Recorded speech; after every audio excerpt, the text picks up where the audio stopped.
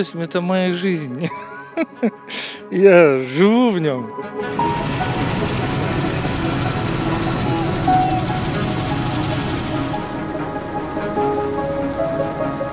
Үч миң саат учкам. 59 жашымда шос өлкөлөрдүн ичинде чемпион болдум.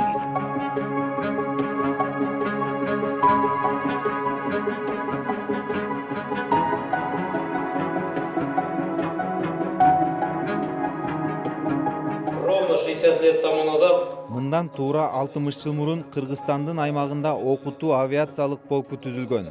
Кийин анын негизинде куралдуу күчтөрдүн аскердик авиациялык базасы түптөлгөн.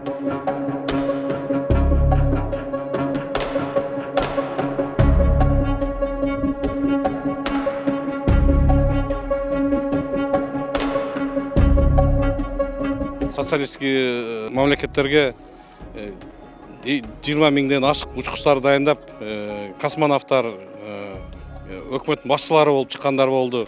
Бүгүнкү күндө өзүнүн коопсуздукку коргой алабыз, чоң деңгээлдерде койгон тапшырмаларды аткара алабыз деп ишендирип кете алам.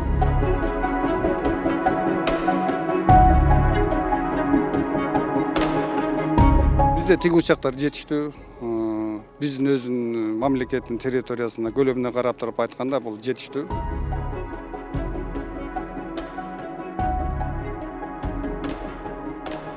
Эми мына акыркы убакта анча-мынча көңүл бурулуп атат. Мына жакында Россиядан 2 вертолет алдык. Жаңы вертолеттер эмес, бирок пайдаланганга мүмкүн болгон вертолеттер да.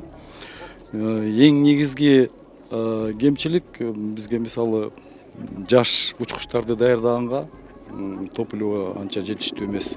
Бир жумада 5-6 күн уччубуз. Азыр болсо бир айда 2-3-4 жолу учуп атабыз дагы, бул жетишсиз бизге.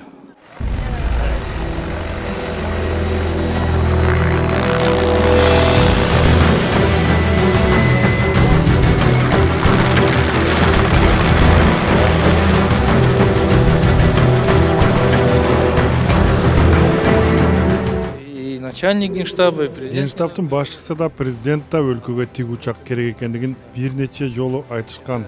Биздин өлкө 90% тоолордон турат. Ошондуктан тиг учаксыз кыйын болот. Горы.